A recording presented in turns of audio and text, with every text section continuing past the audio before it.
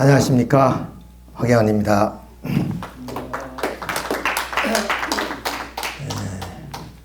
오늘도 지난주에 이어서 예루살렘의 눈물 세 번째 강좌를 말씀드리도록 하겠습니다. 인류 역사 속에 우리는 4대 성인이 탄생한 것을 잘 알고 있습니다. 그 첫째가 중국의 공자님이 탄생이고, 그리고 석가세존, 이어서 약 400~500년 후에 예수님이 탄생하십니다. 그리고 문선명 선생님은 그 4대 성인을 소크라테스가 아니라 마호메트라고 말씀을 하십니다. 그것은 소크라테스는 이성을 중심으로 하는 바로 로고스를, 진리를 추구하는 그런 하나의 성인이라면은, 바로 마호메트는 다른 종교인들처럼 바로 영적인 세계를 추구해 나갔던 그런 분이기 때문에, 바로 문선명 선생님은 마호메트를 4대 성인 가운데 한 분으로 그렇게 말씀을 하신 적이 있습니다. 어떻든 간에 이분들은 인류 역사에 지대한 영향을 미치신 분들입니다. 그러니까 한 분도 우리가 뺄 수 없는 그러한 귀한 분들이라고 말씀을 드릴 수 있고, 또 이 분들을 대개 우리는 성인 또는 성자 이렇게 표현들을 합니다. 그 중에 우리는 그 예수님을 한번 그 정의를 내려보게 된다면은 그분의 그 호칭은 상당히 많습니다. 그 중에서 바로 이 왕이라는 하나의 개념으로서 메시아, 그리스도, 이런 그 칭호가 있습니다. 메시아라는 것은 이스라엘 민족이 그 왕을 삼을 때 기름을 부어가지고 왕을 삼습니다. 그래서 메시아라는 뜻은 기름 부음을 받은 사람, 그러니까 왕이라는 의미를 가지고 있고, 그리스도라는 것은 이 헬라어로 왕이라는 같은 의미를 가지고 있습니다. 그리고 이 성서에는 예수님에 대해서 평강의 왕이다, 이사야서는 그렇게 이야기를 하고 있습니다. 그러니까 이 땅 위에 평화의 세계를 이룩해야 될 그러한 왕으로 오신 분이다. 또 임마누엘, 하나님과 함께 계시다 하는 분이고, 또 인간 조상 아담이 타락하기 때문에 후 아담으로, 즉 인간 조상으로 오신 분이다, 이렇게 얘기를 하갑니다. 또는 그는 이사야서나 마태복음 보면 아버지 영광으로 오신 분이다, 또 이렇게 표현도 합니다. 또 어린 양이다, 또 나사렛 예수다. 나사렛 예수라는 말은 조금 비아냥거리는 그런 얘기가 되겠습니다. 랍비, 선생이다. 또 로고스, 바로 이게 말씀의 실체로서 이렇게 또 정의를 내리고 있습니다. 또 예수님은 알파요 오메가요, 처음과 나중이라. 그러니까 시작도 끝도 없는 그런 분이시다. 이렇게 그 외에도 많이 있습니다만은 예수 그리스도의 정의를 이렇게 우리가 내려볼 수가 있습니다. 자, 그러면 이 예수 그리스도는 이러한 그 참 평강의 왕으로, 또 인류의 참 부모로, 또는 그 말씀이 실체로 오셨지만은 결국에 이스라엘 민족 앞에 좀 이단자로 몰려서 십자가의 처형을 당합니다. 그러니까 결국 예수님의 그 생애는 33세에 돌아가십니다만은 30년 동안은 부모와 함께 좀 가정에서 조력을 했고, 그 30세에 출가를 해서 3년 동안, 이것을 우리가 공생의 로정이라 합니다만, 이렇게 말씀을 전하다가 좀 유대민족에게 이단자로 몰려서 처형을 당하는 그런 그 비극을 맞게 됩니다. 그런데 아이러니하게도 이렇게 처절하게 예수님이 죽은 이후에 제자들에 의해서 결국 이 좀 기독교라는 하나의 종교가 세워지게 되고, 그 기독교는 세계에 많은 영향을 미치게 됩니다. 아까 말씀드렸습니다마는 많은 그 성인들이 출연했지만은 예수님만큼 이 역사에 지대한 영향을 미치신 분은 없다고 말씀을 드릴 수 있습니다. 그것을 우리가 이렇게 사진으로 보아서도 우리가 능히 알 수가 있습니다. 자, 기독교의 분포를 보게 되면은 이 북미나 남미는 말할 것도 없고, 아프리카에서도 이 중남미 쪽은 이제 기독교 계통이고, 그리고 이 유럽은 말할 것도 없고, 또 이 러시아에도 보면 러시아 정교라는 게 있습니다. 그리고 이 그리스를 중심한 이 발칸반도에도 역시 이 정교회가 있고, 뭐냐면 이 오세아니아주, 이렇게 기독교는 세계 곳곳에 이렇게 선교가 되어서 그 자리를 잡고 있습니다. 주로 이 아시아, 동북아시아 쪽에서도 보면 우리 남한은 뭐 기독교 국가로 할 만큼 기독교 아주 번창합니다. 그리고 이 동남아시아 쪽에 필리핀 같은 데는 뭐 이 국교가 아주 왕성하고, 단지 여기서 이제 우리가 보면은 이 이슬람 종교는 이 북부 아프리카라든가 이 중동 지역을 차지했고, 그 힌두교는 인도 지역, 그리고 유불선 종교는 바로 이 동북아시아 일대, 이렇게 이제 분포 상황을 우리가 보게 됩니다만은, 이러한 그 지도를 보더라도 기독교의 영향력이 얼마나 좀 세계화되느냐 하는 것을 알 수 있고, 그것은 바로 예수님의 바로 평화 사상이기도 합니다. 이런 예수님의 그 평화 사상은 이래 시대를 초월하고 또 국경을 초월해서 세계화됐다. 이런 점에서 우리는 예수는 비록 3년의 짧은 공생의 로정을 좀 사시다가 돌아가셨지만은 그 제자들에 의해서 그분의 이념과 사상은, 즉 평화 사상은 이렇게 세계화됐다. 이런 데서 우리가 놀라움을 금할 수가 없습니다. 자, 이런 의미에서 바로 그 예수님이 어떤 분이신가, 또 이 땅에 오신 목적이 무엇인가, 그리고 십자가로 인해서 과연 그 예수님의 이 땅에 오셨던 그 좀 목적이 완성이 되는가, 이런 부분을 오늘 이 시간에 여러분과 함께 이야기를 나누고자 합니다. 2009년 바로 인류학자들은 그 뭐 4대 성인이나 또는 인류 역사에 일어났던 수많은 사건들을 중심으로 해서 인류 역사에 끼친 그 영향이 가장 많으신 분들 가운데 100인을 선택을 했습니다. 그 100명 가운데 그 첫 번째가 예수 그리스도가 이제 선정이 됐네. 그만큼 예수님의 탄생과 그리고 그 고난의 그런 공생의 로정, 그리고 십자가 사건, 이것들이 결국 역사에 지대한 영향을 미쳤다. 이렇게 이제 우리가 볼 수가 있습니다. 예를 들면은 중세 천년은 바로 그 기독교 시대입니다.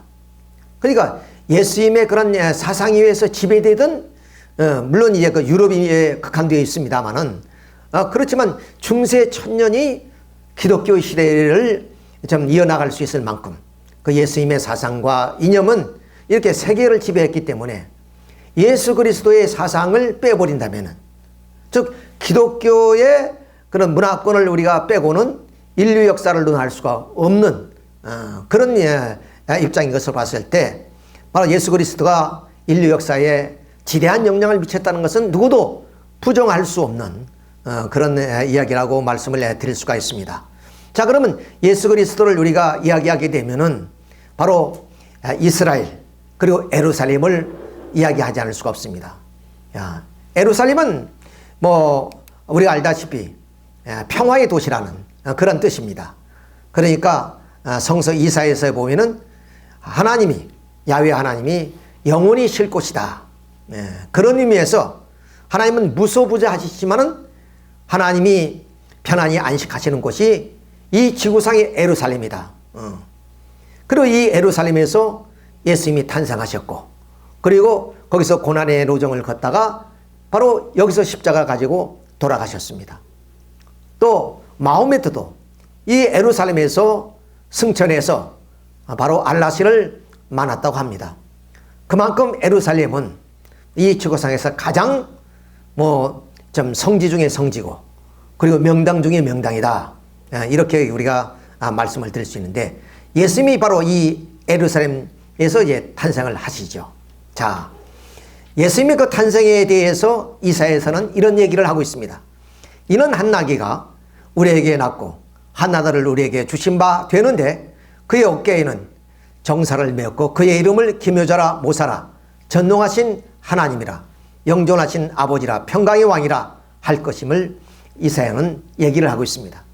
그러니까 이 아기 예수의 탄생이란 그것은 뭐냐? 바로 그것은 그분의 어깨에 인류의 모든 정사가 메어져 있다. 그런 뜻입니다. 그렇기 때문에 그분은 보통 우리 인간들의 그런 모습이 아니라 기묘자요 모사입니다. 기묘자란 무슨요? 그것은 놀랍다는 얘기입니다. 우리가 흔히 영어로는 원더풀 그러죠. 원더풀이란 것은 뭔 상상을 초월했을 때, 그 좀 눈앞에 펼쳐지는 그 아름다운 광경을 우리가 보면서 야 원더풀 그런 얘기하죠. 그것처럼 바로 이 아기 예수는 그런 사람이다. 모사란 건 뭐냐? 모사꾼 하면 그런 뭐 좀 꾀를 내서 이익을 추구하는 그런 사람이라고 우리가 이야기하고 있지만 여기에 모사꾼이 아니고 모사란 그 자체는 우리 어떤 정책을 하는데 책사와 같은 많은 지혜를 통해서 어려움을 극복하는 그런 좀 현인, 능력자 이런 뜻을 가지고 있습니다. 자, 이런 분 그렇기 때문에 우리는 그분을 하나님이라고도 부를 수 있고 또 영존하신 아버지라고 부를 수 있고 또 평강의 왕이라고 이렇게 부를 수 있는 분이 누구냐? 아기 예수였다. 이렇게 이사야서는 이야기를 하고 있습니다. 자, 이런 그 예수님이 결국에 이스라엘 민족 가운데 탄생됐기 때문에 이스라엘 민족이 하나님의 아브라함에게 나타나서 하신 말씀처럼 바로 너의 후손이 큰 민족을 이루고 바로 너는 복의 근원이 될 것이라고 말씀하셨던 것처럼 그것은 바로 이스라엘 민족 가운데 이 평강의 왕이신 아기 예수가 탄생했기 때문이다. 이렇게 결론적으로 말씀을 드릴 수 있는 것입니다. 자, 그러면 그 예수님의 탄생한 나라 우리가 이스라엘을 한번 자세히 살펴보도록 하겠습니다. 이렇게 큰 지도로 이제 준비를 했습니다.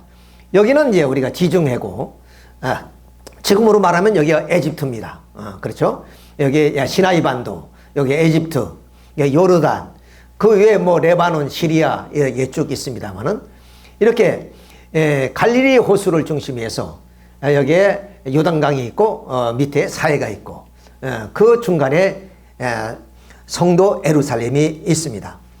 지금의 지도를 보면 이렇게 아까 그 지도와 별 차이가 없습니다만은 이렇게 요르단과 국경을 접하고 있고 이집트와 접하고 있고 시리아, 레바논을 접하고 있는 그런 나라입니다. 그런데 옛 지도를 우리가 살펴보게 되면 예수님은 바로 이 나사렛에서 성장을 합니다. 물론 아기 예수가 태어난 것은 바로 이 예루살렘 근처에 있는 베들레헴에서 태어났지만은 결국 예수님의 성장은 이 나사렛에서 성장을 합니다. 30세까지 여기서 성장하시고 그 다음 30세 이후에 공생의 여정은 주로 이 갈릴리 바다를 중심으로 해서 활동을 하십니다. 왜냐하면 물론 예수님은 어릴 때도 예루살렘 성을 방문하고 그런 랍비들과도 그렇게 많은 토론을 했습니다만은 우리가 흔히 그 위대한 성인들의 그 삶을 보면은 이렇게 수도에서 또는 그 좀 기득권이 있는 그런 사람들한테는 대개 천대를 받고 멸시를 받습니다. 예수님이 바로 그런 분 중에 한 분이라고 볼 수 있습니다. 그래서 이 갈릴리 지역이란 것은 바로 가난한 서민들이 사는 그런 지역, 즉 고기잡이하고 그런 분들이었습니다. 자, 그래서 예수님은 이 갈릴리 지방에서 바로 12제자를 택하시게 되고 주로 여기서 이제 생활을 하시면서 6월절이 되면 바로 이 예루살렘을 방문하십니다. 그래서 네 번째 방문하시고 결국 예수님은 십자가를 지게 되시게 됩니다. 자, 이렇게 주로 갈릴리 지방에서 생활하는데 그 갈릴리를 보게 되면 그 갈릴리 지역 위에 뭐냐면 지금은 레바논입니다. 그 레바논 국경 지역에 헤르몬 산이라는 산이 있습니다. 그 산이 뭐 약 한 2,800, 한 3,000m 정도 됩니다만은 거기에 이제 눈이 쌓이고 그 눈이 녹아내리는 물들이 이 호수로 흘러들어서 갈릴리 호수를 적시게 되는 거죠.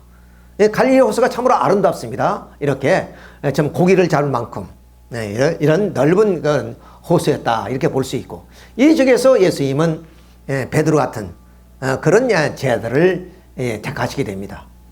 이렇게 이제 갈릴리 바다는 이런 모양이고 아까 말씀드렸던 헤르몬산이 이렇게 약 한 3,000m 정도 되기 때문에 여기서 내리는 그런 그 눈과 비의 물줄기가 이 갈릴리 호수를 적시게 되는 것이요. 나사렛은 바로 이 가까이에 있습니다. 그런데 말씀드린 것처럼 예수님은 이 나사렛 고향에서 환영을 받지 못합니다. 2번이나 고향을 찾았지만은 이 나사렛 사람들이 다 어릴 때 30세까지 성장했으니까 다 아실 거 아니겠어요? 저 사람은 요셉의 아들이 아니냐? 언제 저게 공부를 했느냐? 뭐 이런 경우 조롱하고 그래서 예수님이 하신 유명한 말씀이 있습니다. 선지자는 고향에서 대접을 받지 못한다. 그런 것처럼 그래서 주로 이 이적에서 이렇게 선교 활동하려고 말씀을 전파하시고 이렇습니다. 이러다가 아까 말씀드렸진 6월절을 기하면 이렇게 예루살렘 성을 방문하시고 그러면서 주로 이 갈릴리 바다에서도 이 가버나움 이쪽에 이제 만나 우리가 뭐 여기 오복이 말씀도 이쪽에서 많이 하셨고 이렇게 제자들을 중심해서 활동을 했던 하는 무대다 이렇게 말씀을 드릴 수 있습니다. 그런데 이제 4번이나 이제 6월절을 예루살렘 성에서 이제 맞게 됩니다만은 그게 마지막 6월절을 맞이하는 그런 그 때의 모습이라고 볼 수 있습니다. 그분이 이제 마지막 6월절을 예루살렘에서 맞이하면서 다시는 예루살렘으로 갈릴리로 돌아가지 못하시고 결국 십자가에서 돌아가십니다.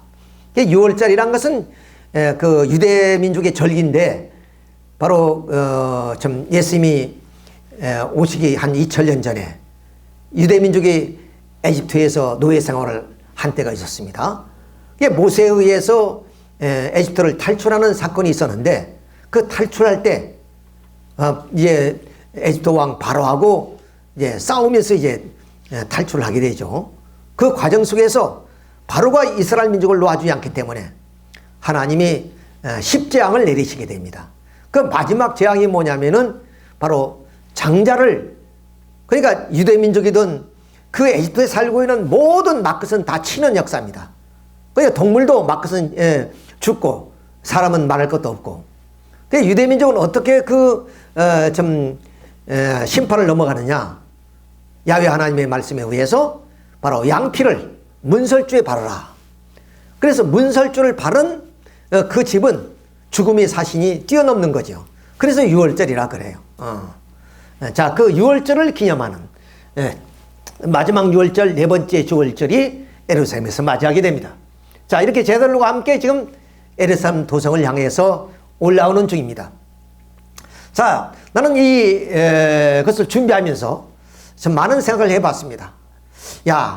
약관 30세 그야말로 그 천명을 받들고 이제 이 땅 위에 메시아로서의 탄생을 했는데 누구도 예수님을 인정하고 또 알아주는 사람이 없었죠.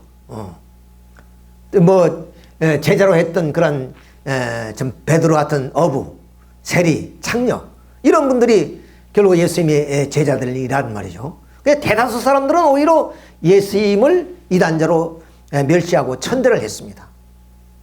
그러니까 천명을 받던 그런 그 젊은이로서의 이 땅 예루살렘뿐만 아니라 바로 로마를 비롯해서 이 모든 세계 평화의 왕국을 건설하는 즉 하나님의 뜻을 이루는 그런 꿈을 가지고 태어나신 분인데 이렇게 좀 천대와 멸시를 받는 그 자신을 생각할 때 얼마나 자신이 비참함을 느꼈는가 한 것을 우리가 좀 생각해 볼 필요가 있습니다.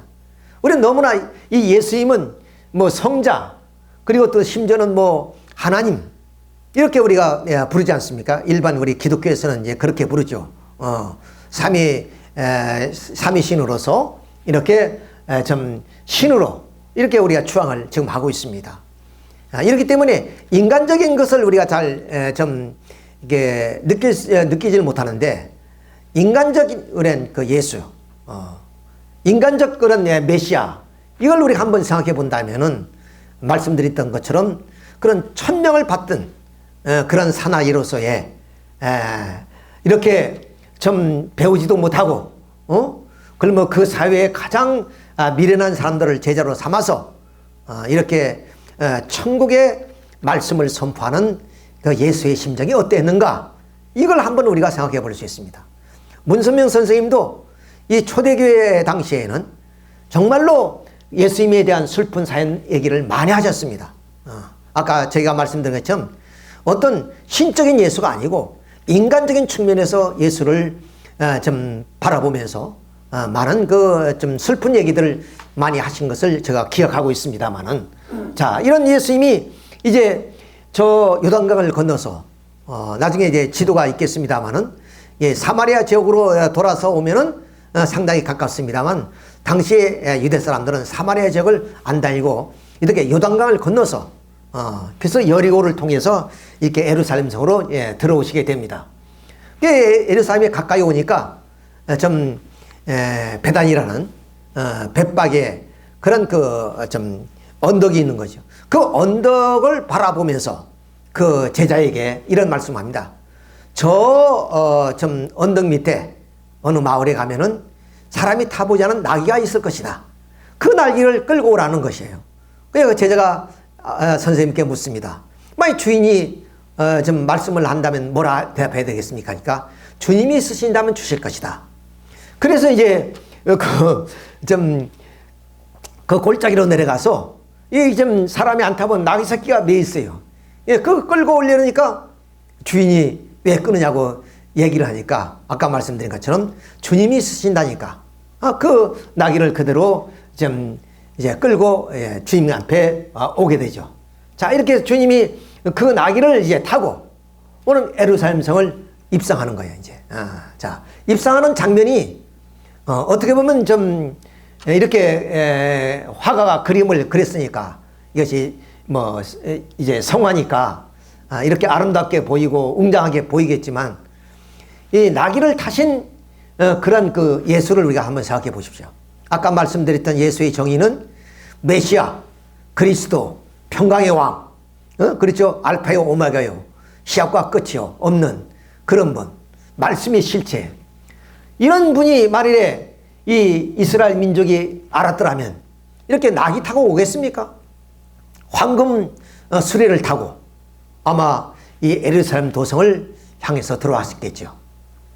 근데 예수님은 그래도 당신이 왕이신데, 메시아인데, 뭐 이런 생각을 가지신 것 같아요. 그러니까 내가 메시아라서의 어떤 격식을 비록 세상이 알아주든 말든, 그래서 아마 이렇게 나귀를 타고 들어오십니다. 그러니까 제자들이 그야말로 호산나, 뭐냐면 주의 이름으로 오시는 왕이시여, 하늘엔 뭐냐면 그 평화요, 더 높은 곳엔 영광이로다, 할렐루야, 뭐 이렇게 지금 소리 지르는 겁니다. 이렇게 좀 소리 지르는. 자, 그러더니 마침 이때 뭐냐면 바리새인 한 사람이 지나갑니다. 지나가면서 이 광경을 목격하게 돼요. 자, 그래서 그 바리새인이 예수님께 하는 말이 참 가관입니다. 어떤 얘기하느냐? 무리 중에 바리새인이 말하되 선생이여 당신 제자들을 책망하소서 하거늘 예수님이 대답하여 가라사대 내가 너에게 말하노니 만일 이 사람들이 잠잠하면 돌들이 소리 지르리라 하시니라. 이것이 정말로 예수님의 가슴 아픈 얘기입니다. 아까 말씀드린 것처럼 예수님이 지금의 우리가 예수님은 메시아요, 그리스도요, 평강의 왕이라고 다 오늘 기독교인들은 좀 고백하지 않습니까? 그래서 주를 믿는 거 아니겠어요? 그런 입장이 됐다면 어떻게 했어요? 이스라엘 민족이 이 예수님을 메시아로 만일 맞이했더라면 이렇게 나귀석기 타고 들어오시겠습니까? 말씀드린 것처럼 황금 수레를 타고 만민이 환호 속에서 그에 말해서 들어오시는 행렬은 아마 장엄하실 것입니다. 그런데 말씀드린 것처럼 예수님이 메시아이기 때문에 그 격의를 갖추기 위해서 이렇게 나귀를 타고 오면서, 그래도 제 아들은 예수님을 메시아로 고백하고 그를 믿는 분들이기 때문에 그야말로 환호성을 지르면서 할렐루야, 주의 영광으로 오시는 왕이시여, 그리고 하늘에는 평화요 더 높은 곳에 영광이라고 찬양하는 그들이 없다면 말 못하는 돌들이 대신 외쳐줄 것이다. 이거 기가 막힌 얘기입니다. 그렇지 않아요? 그러니까 모든 이 만물들은 예수가 메시아라는 것을 알고 환희하고 기뻐하고 춤을 추고 있는데, 유대민족만은 지금도 이 예수가 어떤 분인지도 모른 채 비방하고 핍박하고 낯설은 예수라고 조롱하고 그런 상황에 처해 있는 예수의 심정이 오죽했겠느냐. 그러니 돌돌이 대신 외칠 것이다.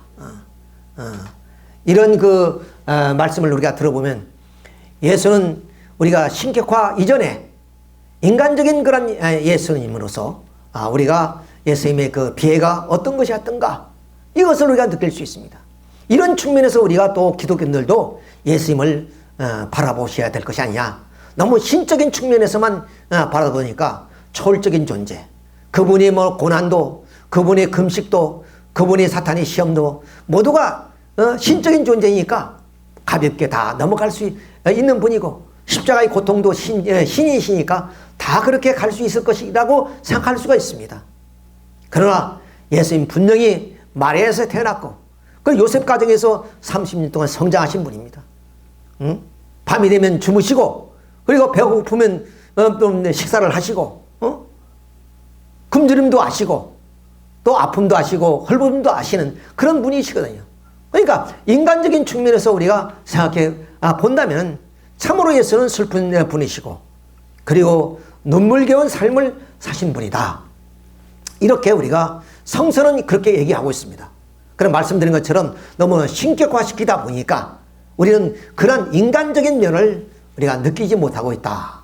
이렇게 말씀을 드려볼 수 있습니다. 그래서 예수님이 이제 낙이 타고 성문으로 들어왔습니다. 베다니 벳바에게 고개를 넘어서 들어오죠. 들어와서 이제 유월절을 맞이합니다. 자, 그러니까 이제 제 아들이 선생님, 유월절을 어디에서 우리가 맞이하면 되겠습니까? 그러더니 예수님이 하시는 말씀이, 요한야고 베드로에게 시장에 가면은 물동이를 이고 가는 여인이 있을 것이다. 그 여인을 따라가면 우리가 식사할 곳이 있을 것이다. 이런 말씀하셔서 가보니까 진짜 물동이를 이어가는 여인이 있어요. 그 여인을 따라갔더니 그것이 바로 마가의 다락방이에요. 자, 그래서 이 다락방에서 이렇게 마지막 유월절을 맞이합니다. 이게 네 번째 마지막 유월절이에요. 이 유월절을 좀 지내고 예수님은 십자가의 처형을 당하시니까요. 자, 이렇게 해서 유월절 이게 다락방에서 같이 쉬고, 여기에 이제 유다가 자기를 팔 것을 이렇게 좀 말씀을 하십니다. 그런데 이것이 끝나자 그 밤에 예수님은 어디냐, 제 아들을 데리고 이렇게 좀 겟세마네 동산으로 갑니다. 이 겟세마네 동산으로 가서 그 겟세마네 동산에서 요한, 야곱, 베드로, 특히 세자들을 데리고 더 높은 곳으로 올라가요. 더 깊은 산으로 올라가서 거기서 제 아들에게 여기서 좀 내가 몹시 죽게 됐으니까 여기서 좀 정성을 다해서 기도를 하고 있으라. 네, 더 나가서 기도하고 오겠다. 그래서 예수님만 또 혼자 더 깊은 곳으로 가서 기도를 하십니다. 이렇게. 자, 그러니까 예수님은 자기의 운명이 이제 서서히 죽음이 다가오고 있다는 것을 알고 계신 거예요. 그러니까 이것을 어떻게 극복하기 위해서 하나님께 간절하게 기도하십니다. 아버지, 할만하면 이 잔을 명쾌 해달라고 그렇게 간절하게 기도합니다. 그렇지만 내 뜻대로 하지 마시고 아버지의 뜻대로 하시옵소서. 모든 것을 아버지에 맡기고 그 운명을 극복하기 위해서 몸부림을 치시는 거죠.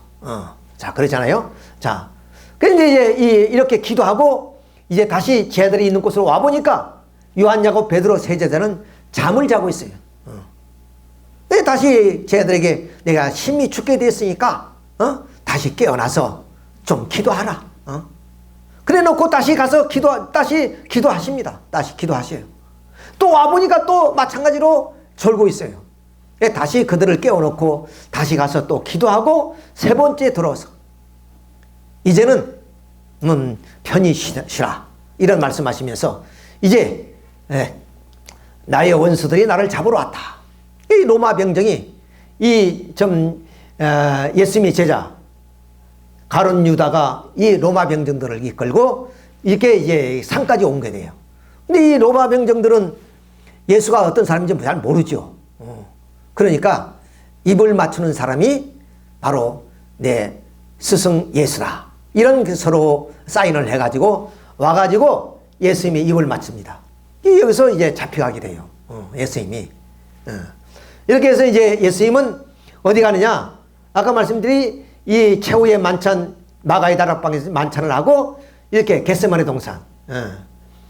이것이 뭐냐면 지금은 감난산이라 그러죠. 감난산. 그러니까 기드론 골짜기 너머에 감난산에 있습니다. 이 감난산에 있는 겟세마네 동산에서 기도를 하시고 마서 여기서 로마인들에게 잡혀가지고 어디로 가냐면 가야바라는 그 대제사장 집을 갑니다. 대제사장. 이 대제사장 집에서 이제 밤에 신문을 받고 여기에서 이제 사형 언도를 받습니다. 자, 이 대제사장이에요. 가야바의 대제사장을 중심한 제사장들이 이제 있는 그런 데서 이제 이제 신문을 받게 되죠. 자, 근데 그 유대민족은 그 종교 회의로서 공회가 있습니다. 사내드림이라고 하는데 이 사내드림은 밤에는 열리지 않아요. 아침에서 낮에 이렇게 회의를 여는데 아마 이때 그 급하게 예수님이 밤에 잡혀왔으니까 소집했는지는 모르지만은 그러나 이 공회를 통해서 예수님이 그러면 그 죄를 낱낱이 그러면 이제 증인을 통해서 이제 기소가 되어지고 그렇게 해서 이제 심판을 받아야 되는데 그냥 자기들이 좀 미우니까 자기들의 어떤 공론에 의해서 사형 언도를 내리는 겁니다. 여기서 이제 사형 언도가 되어지는 거예요. 예수님이 죽게 된 겁니다. 이제. 그런데 하나는 지금 이 유대 나라가 바로 로마의 속국이 됐어요. 식민지화되어 있는 상황이기 때문에 이렇게 사형 언도는 내릴 수 있지만은 집행은 바로 로마 정부가 인정하지 않고서는 집행을 할 수가 없어요. 이 당시에 총독이 빌라도니까 빌라도의 허락을 받지 않고서는 예수님을 처형할 수는 없습니다. 그렇게 해가지고 결국에 이 가야바 집에서 사형 언도를 내리고 그를 사형 집행하기 위해서 이렇게 장로들이 제사장들이 예수님을 끌고 이 빌라도 법정으로 끌고 온 겁니다. 이 빌라도가 가만히 보니까 이건 종교적인 문제이지 정치적인 이슈가 아니거든요. 왜냐하면 빌라도는 정치인이기 때문에 정치적인 일이라면 발벗고 나서겠지만 이 내부의 종교적인 문제를 관여할 그런 이유는 하나도 없으니까. 그러니까 이 빌라도는 떠들썩하게 생각하고 관여하지 않으려고 그랬어요. 그래서 다시 헤롯 왕에게 보냅니다. 이것은 너희들이 문제니까 너희 왕에게 가서 이것을 구하라. 그 헤롯 왕에게 갔다가 다시 역시 그때 말씀드린 것처럼 이것이 로마의 소국이니까 헤롯 왕이라도 집행을 할 수가 없죠. 그래서 다시 이 집행을 하기 위해서 이 빌라도 법정으로 끌고 오게 됩니다. 빌라도가 묻습니다. 왕이라고 그러니까 지금 이 기소한 사실들이 여러 가지가 있는 그 중에 하나의 왕이라는 그런 하나의 내용을 가지고 이제 기소를 한 겁니다. 왕이란 것은 정치적인 문제가 아니겠습니까? 그래서 사형을 이거 집행하려고 했던 거예요. 이 빌라도가 예수에게 묻습니다. 내가 왕이냐? 그러니까 예수님이 대답하시기를 네 말대로 내가 그렇다. 그렇지만 내 나라는 여기에 속해지 않고 하늘에 있다. 만일에 내 나라가 이 땅에 있다면 내 부하들이 내가 이렇게 잡혀오도록 가만히 두겠느냐? 그때 빌라도가 알게 됐어요. 정치적인 왕이 아니라는 것을. 그런 평강의 왕이라는 그런 것을 느끼게 되는 거죠. 그리고 이 빌라도 부인이 전날 밤 꿈을 꿨는데 아주 이상한 꿈을 꿨어요. 그래서 남편에게 이에 대해서 관여하지 말라고 합니다. 자, 그래서 이 빌라도는 이제 어떤 수칙이 있냐면 6월절이 되면은 우리나라도 마찬가지요. 이제 어떤 그 기념행사 때가 되면은 좀 죄수들을 사면하잖아요. 그것처럼 죄수 한 사람을 사면하는 법이 있어요. 6월절이니까. 그런데 이게 바라바라는 사람인데 이 바라바라는 열심당원입니다. 아니 극렬분자지요. 이 사람이 지금 감옥에 잡혀 있으니까 그냥 좀 빌라도가 예수를 이 6월절이 됐으니까 사면해주자. 그런 말을 안 들 것 같으니까 빌라도하고 예수님하고 바라바를 두 사람을 이제 선택하는 거예요. 이 중에 누구를 사면하면 좋겠느냐.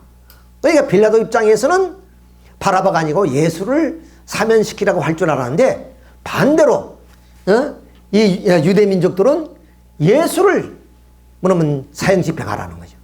바라바를 사면하고. 그러면서 결국에 할 수 없이 빌라도도 뭐냐면 이 좀 유대의 지도자들이 뜻을 안 받아들이게 되면 혹시 밀란이 일어날 수도 있는 것입니다.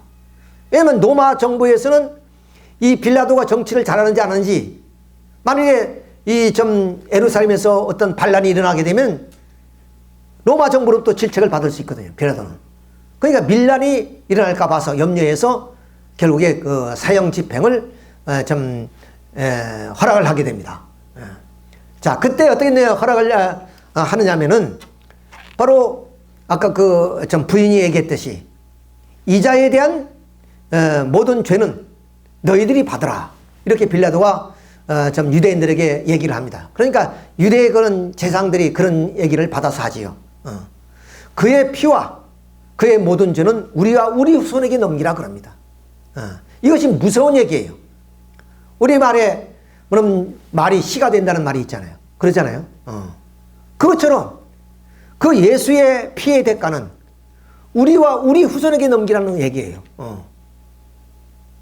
자, 이것이 바로 우리가 오늘 이스라엘 민족이 결국 패망하고 나라를 2000년 동안 잊어버리고 그 역사 속에서 고난 어린 삶을 산 그런 역사의 하나의 그런 좀 결과를 낳게 된 것이 아니냐. 이렇게 말씀을 드릴 수가 있습니다. 자, 이렇게 이 좀 무섭게 좀 빌라도를 향해서 이 재상들이 요구하는 그 상황을 우리가 보게 될 때 당시의 빌라도도 어떻게 할 수가 없는 입장이 아니었나. 그래 빌라도는 그냥 엉거주춤 그냥 집행을 허락하게 됐고 그래서 예수님은 십자가를 지고 골고다길을 건너가게 됩니다. 자, 이런 무거운 십자가를 짊어지고 이제 가는데 뭐냐면 그 이스라엘 여인들이 한 무리가 이렇게 모여 있어요. 거기서 물 한 모금을 얻어 먹으면서 이제 이 이스라엘 여인들이 울고 있으니까 하는 말이 예수님이 에르사렘의 딸들아 나를 위해서 울지 말고 너희와 너희 자녀를 위해서 울라는 말씀을 하십니다. 때가 이를지라도 사람들이 말하기를 수태하지 못한 이가 해산하지 못한 배가 먹이지 못한 젖이 복이 있다 할 것이다. 산들이 우리를 덮으라 할 것이다. 그런 때가 곧 올 것이다. 이런 말씀이에요. 그 말은 뭐야? 무자식이 상팔자라는. 아까 빌라도가 이자에 대한 피는 너희들이 받으라. 그 한 말에 그 재상들이 우리가 우리 후손에게 넘기라는 말씀처럼 바로 이 죄 없는 메시아 독생자의 죽음이 그 탕감이 후손들에게 미칠 그것을 염려하시면서 예수님은 결국 십자가에 돌아가십니다. 그러니까 오히려 자식을 안 둔 애미가 더 뭐냐면 행복할 수 있다. 좀 해산하지 못한 그런 좀 여인이 복이 있다. 이런 뜻이에요. 자, 이런 것을 우리가 보면서 예수님의 그 죽음 이것은 결코 하나님의 뜻도 아니고 예수님의 바람도 아니고 오늘날 기독교 신학은 예수의 십자가 사건을 통해서 인류가 구원이 받아졌다. 구원이 이루어졌다. 이런 얘기를 합니다. 상당히 현대 기독교 신학교는 배치된 이야기는 합니다만은 그러나 이 사실을 이렇게 이제 설명할 수밖에 없어요. 이것이 뭐냐면 우리 통일 원리에서 이렇게 지어낸 얘기가 아니라 성서에 있는 그대로를 지금 설명하고 있습니다. 성서 마태복음, 누가복음에 이 내용이 자세하게 기록되어 있어요. 자, 여러분들이 다시 집에 돌아가서 성서가 있으면 한번 읽어보시기 바랍니다. 자, 이런 내용을 통해서 봤을 때 예수의 십자가의 사건이라는 것은 하나님의 뜻도 아니고 예수님이 인류를 구원하기 위한 하나의 방법의 길도 아니었다는 사실. 이것은 분명히 유대민족의 불신과 로마 병정에 의해서 결국 예수님은 이렇게 짧은 33회의 생애를 마치고 십자가를 짊어지고 가셨다.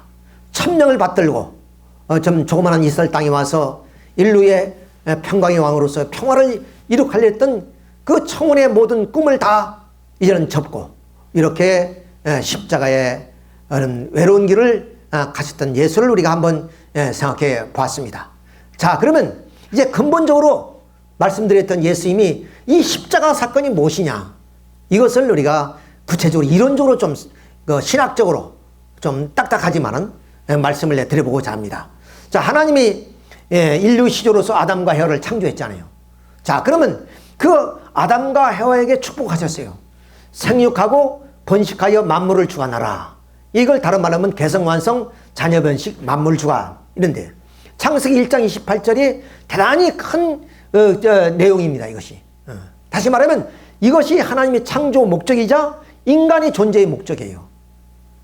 그러니까 다시 말씀드리면 창세기 1장 28절에 뭐냐면 생육해서, 그러니까 뭐냐면 인격자가 돼서, 그 다음 가정을 이뤄서 자녀를 번식해서, 그 다음 뭐냐면 나라와 사회와 나라를 만들고, 그 다음 이제 오늘 같은 이런 물질 문명을 이루어서 자연과학을 발전시켜서, 그래서 이 지상에 뭐냐면 이런 천국을 건설해라. 이것이 하늘이 뭐냐면 인간을 창조하시고 주신 축복입니다. 그 축복에 우리 인간이 이루어야 될 삶의 목적이에요. 그러니까 생육하라는 말씀처럼 아담과 헤와는 바로 우리가 하나님을 닮은 성품을 가지고 하나님처럼 완전한 인간이 된다면 그 아담과 헤와가 독신 생활을 할 이유가 뭐겠습니까? 축복하신 것처럼 자녀를 번식해야 되니까 가정을 이루는 거죠. 가정을. 이렇게 해서 쌍수를 들어 하나님이 축복해 주면 그 축복한 세계는 바로 세계까지 이렇게 번식할 거 아니에요. 그 다음은 아까 자연과학을 발전시켜서 이렇게 우리는 과학의 힘에 의해서 만물을 주관함으로 말미암아 이 땅 위에 좀 빈곤이 없는, 가난이 없는 그런 풍요로운 사회를 만들라는 축복입니다. 이것이 우리의 삶의 하나의 목적이에요, 사실은. 그런데 아담과 헤와가 선악과를 따먹고 하나님의 뜻을 거역해버렸죠. 타락했습니다. 타락하니까 모양은 이렇게 같지만은 방향과 목적이 전혀 다르지요. 이 세계는 어떠냐? 바로 심정이 동기가 돼, 사랑이 동기가 되어서 하나님을 중심에서 이루어진 가정, 사회, 국가, 세계입니다. 근데 여기는 선악과를 따먹었다는 건 뭐야? 이기적인 마음, 자기 주관적인 마음이죠. 그런 마음을 가지고 사탄의 그런 뜻에 의해서 이루어진 가정이고 사회, 국가, 세계다. 그런데 이런 세계를 우리는 타락한 세계, 그것을 지옥이라 얘기합니다. 자, 이런 사탄 주권이 세계에 떨어져 버렸어요. 그래서 모든 종교는 이 세계에서 뭐는 이 본연의 세계로 뭐는 구원을 하자 하는 것이 종교의 목표입니다. 그런데 이 기독교의 교리는 여기서 우리가 한술 더 떠서 말씀드리지만 창조 원리가 있다는 것을 우리가 참 대단히 놀라운 얘기입니다.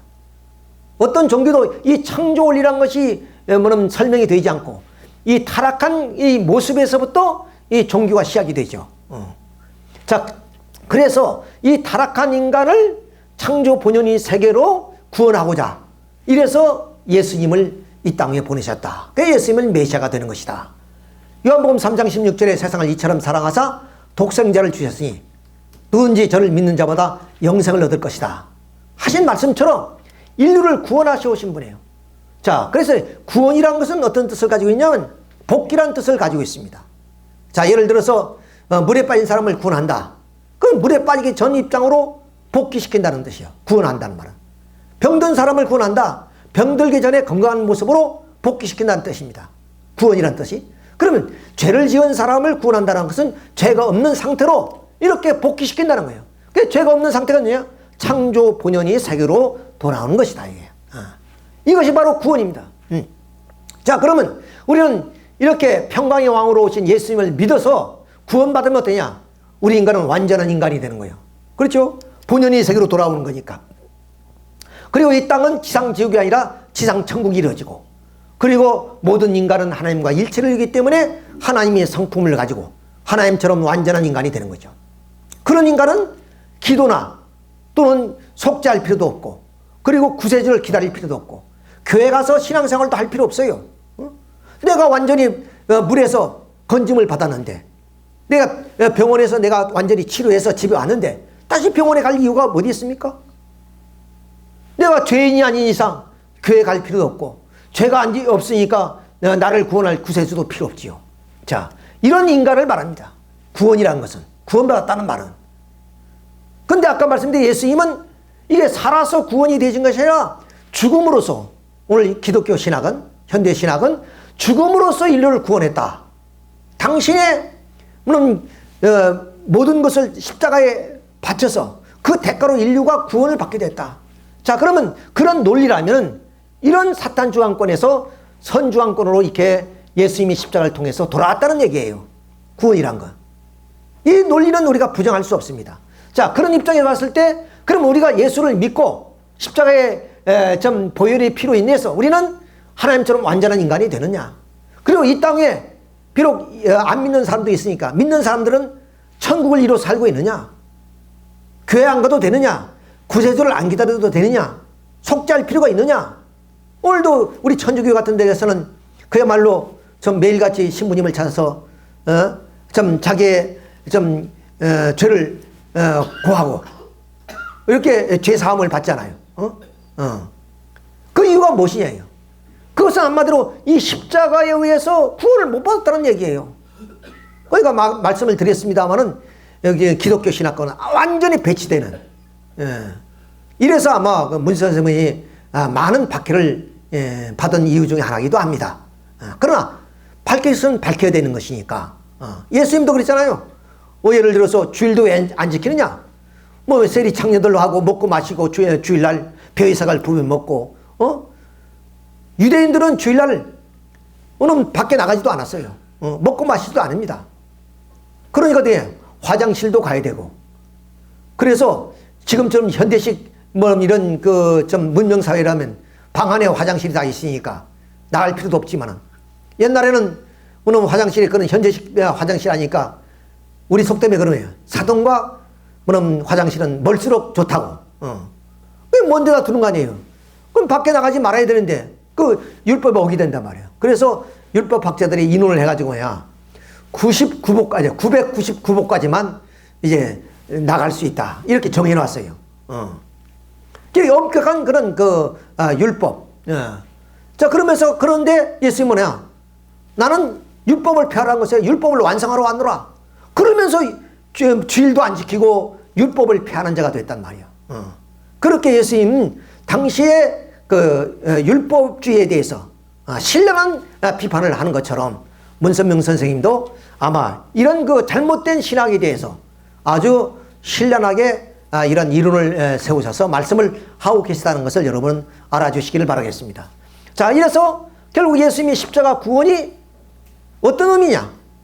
이걸 우리가 한번 생각해 봐야 됩니다. 자, 이런 입장에서는 구원이 안 이루어졌다는 것은 누구나 인정합니다.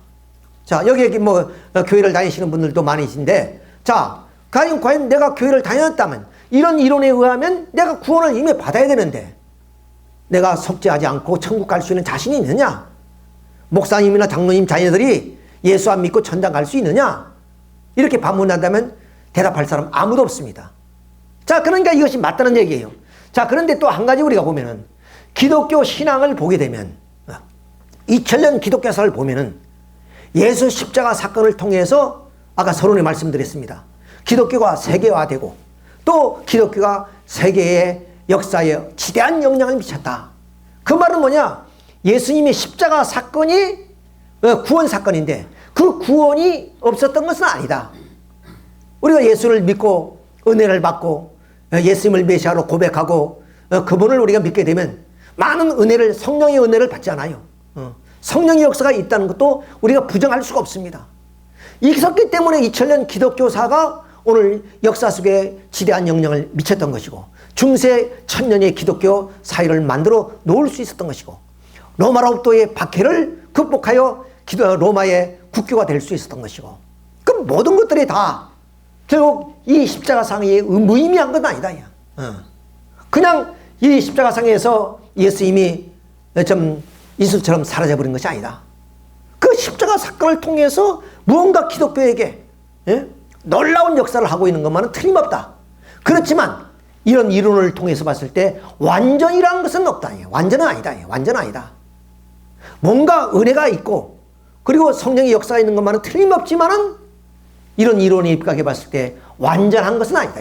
완전한 내 구원, 완전한 우리 이 땅의 지상천국, 완전한 나의 죄를 속죄하는 것, 이건 아니다는 거예요. 자, 이런 의미에서 예수님의 죽음을 우리가 좀 이해를 할 필요가 있어요. 만약에 예수님이 이 땅의 십자가로 인해서 다 구원을 받았다면 재림을 할 필요가 없어요. 내가 시장에 가서 오늘 창거리를 다 사고 왔는데 왜 시장에 가야 됩니까? 그것은 떨어뜨린 것이 있다는 얘기예요. 가서 뭐냐면 사와야 될 것이 있다는 얘기예요. 그것처럼 다시 오신다는 재림의 약속은 내가 이 초림 때에 십자가로 말미암아 다 이루지 못한 내용이 있기 때문에 오겠다는 말씀이 되는 거예요. 자, 이런 의미에서 예수님의 십자가의 사건을 우리가 조명해 볼 필요가 있습니다. 자, 그래서 십자가의 사건이 무엇이냐 하는 것을 우리가 한번 살펴보면 첫째로 예수님의 이 십자가 사건, 즉 죽음에 대해서 사도들의 그러한 언행을 통해서 한번 살펴보게 되고 또 하나는 하나님의 섭리로 봤을 때 예수님이 십자가 길을 가야 되느냐, 그것이 유대민족의 불신으로 말미암아 초래된 결과냐, 이런 문제가 되는 것이고 세 번째는 예수님 자신의 언행을 통해서 십자가의 문제를 우리가 한번 타치해 보도록 하겠습니다. 자, 사도의 첫째 언행을 봤을 때 바로 사도들은 예수님의 죽음에 대해서 모두가 서로하였습니다. 물론 오늘 사도가 아니고 기독교인들도 십자가에 매달린 예수님을 보고 뭘 박수 치는 사람 어디 있겠어요? 다 애절하게 생각하고 슬프게 생각하죠. 그 자체를 만약에 보더라도. 자, 그런데 이 사도행전 7장 51절을 보면 그 예수님 당시에 그 제자들이 뭐냐, 유대인들의 그런 불신과 무지에 대해서 통분하게 신랄하게 비판합니다. 목에 곱고 마음과 귀에 할 일을 받지 못한 사람들아, 너희들은 항상 성령을 거스러 뭐냐면 항상 선지자들을 핍박하지 않았느냐. 이제 그 선지자를 너희들은 핍박할 정도가 아니라 잡아준 자요 살인자라고 얘기를 합니다. 그러니까 예수님 제자들은 예수님의 죽음에 대해서 유대인들을 가리켜서 어느 정도 신랄하게 비판하냐, 살인자라고 비판합니다. 살인자라고. 그러니까 결론은 무슨 말이에요? 예수님은 살해됐다, 그 얘기가 되는 거예요. 예수님이 십자가를 지기 위해서 지어서 우리 인류를 구원하기 위해서 오신 것이 아니라 바로 유대인들에 의해서 살해당했다, 이런 얘기가 되는 것입니다. 자, 그럼 두 번째로 예수님이 하나님의 섭리로 봐서 예수님의 죽음의 길이 하나님의 섭리를 이루는 것이냐 보잖아요. 하나님은 예수님을 이 땅에 보내시기 위해서 2000년 동안 수고의 섭리 여정을 걷습니다. 그 첫째가 뭐냐면 믿음의 조상 아브라함을 세우시고 그 아브라함 독자 이삭을, 백세에 난 이삭을 헌제로 바치려는 그 말씀 속에서도 아브라함은 순종하면서 독자 이삭을 아낌없이 드리고자 했던 것이고, 그리고 이스라엘 민족의 그 아브라함의 손자 야곱을 통해서 400년 동안 애굽에 가서 고난의 노정을 걸으시고, 그리고 다시 모세를 통해서 가나안 땅으로 돌아오는 그런 출애굽기 노정을 거치면서 결국 선민이 이루어집니다. 즉 이 중에 많은 만민이 있는데 그 만민 중에 하나님께서는 바로 성민으로 택하신단 말이에요. 선민으로 택하셨어요. 그 택하셔서 그 가운데 뭐냐면 하나님이 영원히 안식할 것이고, 그리고 하나님의 이름이 영원히 기록될 것이며, 그리고 하나님의 눈과 마음이 항상 여기에 거하는 성전, 그리고 예수님의 몸을 상징하는 그 성전을 짓게 하십니다. 그 성전을 짓는 것도 얼마나 우여곡절이 많았어요. 그 다음에 성막을 짓고 그 광야 성막 노정을 통해서 가나안 땅에 들어와서 사사시대 400년을 지나서 결국 다윗 땅에 짓지 못하고 솔로몬 왕 때 그렇게 성전을 짓습니다. 이런 성전을 짓고 그리고 예수님을 보내기 위해서 준비하시는데 그 당대, 그러니까 예수님 당대에 400년 전, 그러니까 이스라엘 민족이 선지자를 많이 보내셨는데 4대 선지와 12선지를 보냅니다. 그 4대 선지와 12선지가 언제까지 보내지느냐? 예수님이 오기 400년 전까지만 와요. 그 후로는 아무도 선지자가 안 옵니다. 그러다가 예수님 당대에 어떤 선지자가 탄생하냐? 세례 요한이라는 선지자가 탄생해요. 이 세례 요한은 나중에 말씀을 드리겠습니다만은 정말로 좀 기묘자입니다. 그러면 어머니가 생산할 수 없는 연령에 접어들었는데 이 가브리엘 천사장이 이 세례 요한의 아버지 사가랴에게 나타나서 부인이 임신했다는 사실을 알려줍니다. 그리고 이름까지 가르쳐줘요. 장차 태어나면 요한이라고 이름을 지어라. 이렇게 해서 이 세례요한이 탄생했고, 그 세례요한이 성장하자 결국 광야에 외치는 소리가 되어서 이 세례요한이 예수님을 증거합니다. 나는 물로 세례를 주지만 나의 뒤에 오는 이는 불과 성신으로 세례를 주기 때문에 나는 그의 신들의 매기도 감당치 못하다. 나도 몰랐지만 내게 물로 세례를 주려서 하나님 말씀하시기를 누군지 머리 위에 성령이 머무는 것을 보거든 하나님 아들이라 증가하게 내가 하나님 아들임을 증가하라. 나는 그의 앞길을 곱게 하기 위해서 왔다. 이렇게 이 세례요한은 당시에 그 선지자들이 아까 말씀드린 400년 전까지만 그렇게 왔다가 선지자가 없는 그런 시대에 태어났고, 그리고 그런 이적과 기사로 해서 탄생했기 때문에 온 유대 고을이 떠들썩했어요. 이 아이가 장차 어찌 될 거 아니? 이는 주의성이 저희와 함께 함이더라. 그러면서 그야말로 세례요한이 광야에 외치는 소리로서 그 시대에 사악하고 부패하고 타락한 그런 종교에 대해서 신랄하게 비판하면서 천국이 가까웠으니 회개하라고 외치는 거예요. 그러니까 사람들이 구름대처럼 몰려듭니다. 이런 그 시대에 바로 세례요한은 바로 이스라엘 민족의 정신적인 지도자예요. 이렇게 훌륭한 지도자를 보내서 예수님을 메시아로 증거하게 한 이유가 무엇이냐? 예수님을 십자가에 매달기 위한 것이 아니라 이스라엘 민족으로 하여금 예수님을 메시아로 믿게 하기 위한 것이다. 그렇다면 과연 이 세례요한이 증언에 의해서 이스라엘 민족이 예수님을 메시아로 믿었더라면 누가 예수님을 십자가에 매달을 사람이 누가 있겠냐 말이야.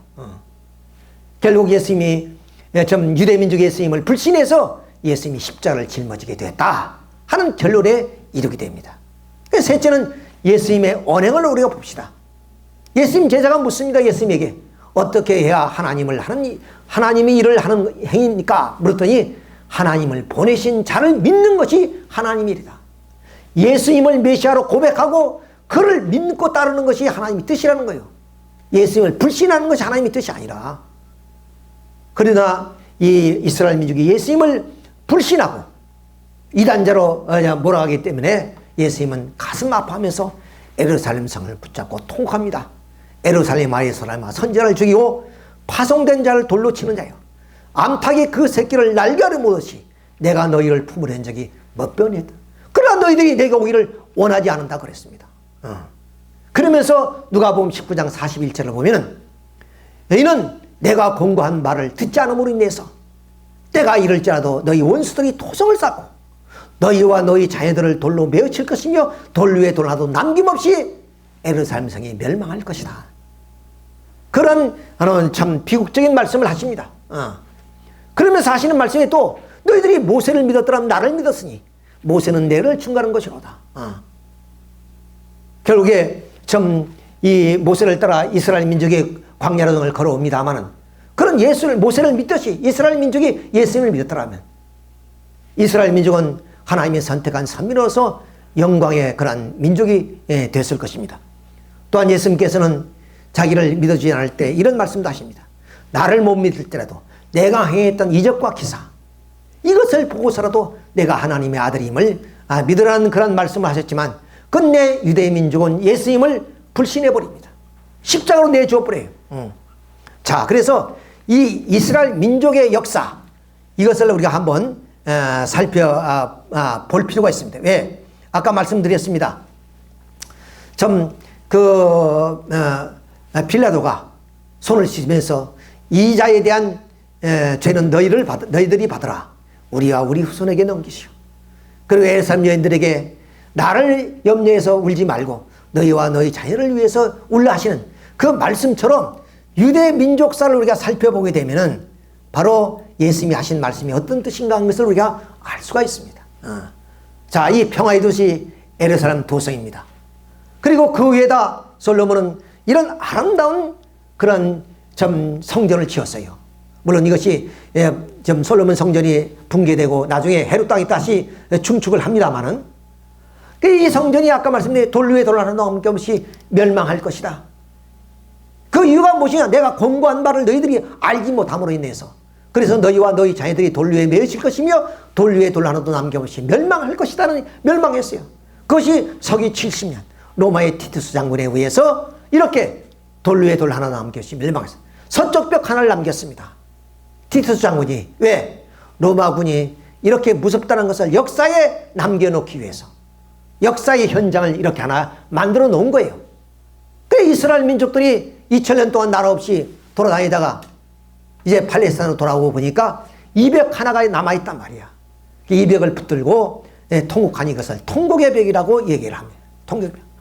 자, 근데 이 유대 민족이 2년 동안에 이 예루살렘 성에서 공방전을 이룹니다. 그때 마지막에 열심당원 960명이 이 예루살렘을 탈취해서 어디로 가느냐? 마사다라는 곳으로 갑니다. 이 마사다라는 천연 요새에 들어가서 다시 로마군과 싸웁니다. 이때 로마 장군이 누구냐면 바로 10군단, 최정예 부대 10군단 실바 장군이 이끄는 10군단입니다. 그 실바 장군이 이끄는 10군단과 여기서 잡은 포로들을 합쳐서 만여 명이 이렇게 성을 쌓습니다. 성을 쌓아 올라가지고 여기서 진격하는 거예요. 왜? 이건 요새이기 때문에 못 들어가서. 그런데 디데이가 정해서 내일 아침에 진격하기로 되어 있습니다. 그 전날 밤에 바로 이제 열심당원들이 960명이 모두가 자결을 합니다. 유대법에 의하면 이 자살행위란 것은 큰 죄악입니다. 그래서 스스로 자살을 하지 못하니까 바로 가장이 자기 가족을 다 죽입니다. 그리고 그 가장들이 다시 10명을 뽑아서 나머지를 죽입니다. 그리고 마지막 사람이 자결을 하는 걸로 이렇게 되어 있어요. 요세푸스, 유대사를 기록한 요세프에 의해서 자세하게 기록이 되어 있어요. 그 요세프라는 사람은 어떤 사람이냐? 로마, 이스라엘의 장군이었어요. 근데 갈리 전투에서 패배해서 로마군에게 협조하는 입장이 됐고, 그래서 종군 기자가 돼서 통역사도 됐지만은 통역사 겸 종군 기자가 돼서 그 시대의 상황을 자세하게 기록했어요. 이것이 요세푸스의 유대사에 대한 기록이 이렇게 나와 있습니다. 이런 걸 통해서 이제 말씀을 드리는 건데요. 자, 이렇게 해서 결국에 자기라고 이 마사다도 점령이 됩니다. 그리고 예루살렘은 완전히 불타버리고 여기서 유대인들이 완전히 이제는 추방이 당하죠. 물론 마지막 망한 것은 135년에 망합니다만은 이때 이미 지도자 이런 사람들이 다 쫓겨나 유럽 전체에 흩어져 생활해요. 저 스페인, 포르투갈 그리고 저 러시아까지 이렇게 2000년 동안 유리국하는 집시 민족에 대해서 처량하게 사는 거예요. 자, 그러나 2000년 당시에 이 폴란드의 게토라는 곳입니다. 게토라는 것은 쉽게 말하면 우리가 수용소 같은 곳이에요. 이렇게 한 지역의 유대인들을 이유도 없이 몰아넣어가지고 폴란드 정부가 그 게토에서 유대인들이 생활하게 되는 겁니다. 그 유대인들이 생활이 이런 모습이더래요. 자, 이게 처절한 모습이죠. 그렇게 좀 직업도 없이 이렇게 좀 생활하다가 2000년이 되자 히틀러에 의해서 이들이 모두가 아이슈비츠로 전부 다 끌려갑니다. 아이슈비츠 감옥에서 물론 아이슈비츠란 이 감옥이 여기 한 군데만 있는 거 아니죠. 유럽 전체에 많이 있었으니까 여기에 이제 주목하는 것은 여기가 가장 크기 때문에 그렇죠. 자, 이렇게 유대인들이 끌려와가지고 여기서 닭장처럼 이렇게 수용이 됐다가 한 사람씩 결국에 이 가스실로 가서 위에 청산가리 가스를 옥상에서 부어서 결국에 이들을 다 죽입니다. 이렇게 죽여요. 그리고 그 시신들을 전부 다 이렇게 불태워서 제로나무죠. 그러니까 ICBC 감옥으로 들어갈 때는 들어가지만 나오는 것은 연기밖에 없죠. 여기서 살아 돌아올 수가 없는 것입니다. 이래서 600만이 학살돼요. 이런 홀로코스트 사건이 왜 일어나느냐. 이것을 우리는 이제 어떤 현대 역사가들은 밝히지 못하고 있습니다만, 아까 성서에 나왔던 그런 빌라도의 말에 대해서 유대인들이 대응하는 이야기, 그리고 예수님이 좀 울고 있는 유대인들을 향해서 외치는 그 이야기, 이런 것들을 통해서 역사에는 반드시 응과 응보의 법칙이 있잖아요. 반드시 원인이 있으니까 결과가 있는 거 아니겠어요? 그러니까 좀 불교의 그 윤회사상처럼 말입니다. 이런 어떤 결과에 의해서 유대민족이 이런 나라의 그 좀 처절한 삶을 살게 되었다 하는 것을 알 수 있습니다. 이런 천진난만한 어린이들이 남녀노소 알 것 없이 다 끌려가서, 그러면 이 나치당원은 어리다고 늙었다고 제외시키자는 거죠. 남녀노소 불구하고 다 이곳에 다 들어가서 이렇게 헐벗고 금지르게 만들어가지고 뼈만 앙상하잖아요. 근데 이런 수용소 소장이라든가 또는 사령관이라 이렇게 좀 웃으면서 담배를 피우는 모습을 보면 이런 사람은 사람들이 아니에요, 사실은. 마귀 중에 마귀죠. 자, 이런 것이 이제 유대민족의 역사라는 것을 우리가 여기서 볼 수가 있습니다. 자, 그래서 아까 말씀드렸진 유대인들이 왜 통곡하느냐? 2000년 역사를 지나고 나오니까 이들은 그 원인을 몰라요. 지금도 예수님을 메시아로 인정하지 않고 선지자로도 인정하지 않습니다. 우리가 이슬람 종교에서는 예수님을 선지자로 얘기는 합니다만은, 유대인들은 바로 예수님을 선지자로 얘기도 하지 않아요. 지금도 메시아가 왔다고 그들은 얘기하지 않습니다. 그러니까 그들이 왜 이러한 비참한 역사를 가지게 되느냐는 것을 알지 못하고 이 벽을 붙잡고 통곡한단 말이에요. 통할. 이것이 바로 유대 민족사라는 것을 우리가 생각해 볼 때, 이 유대 민족사의 비극으로 끝났다는 것, 이거 하나를 보더라도 결국 예수의 죽음이 어떤 죽음이냐, 그것이 하나님의 섭리도 아니고 예수님의 뜻도 아니었다. 결국 유대 민족의 불신에 의한 결과를 초래했기 때문에 그런 인과응보의 법칙에 의해서 유대 민족의 그런 고난의 길을 걸어갈 수밖에 없었다. 그래서 유대 민족이 쇠망해버렸다. 만약에 유대 민족이 좀 이사야 예언대로 그러면 좀 만왕의 왕으로서 평강의 왕으로 이 땅에 오셔서 그분을 맞이했더라면 어떠냐? 바로 이 땅 위에 영원히 소멸되지 않은 천년 왕국, 그리고 평화의 왕국이 이 땅 위에 세워졌을 것입니다.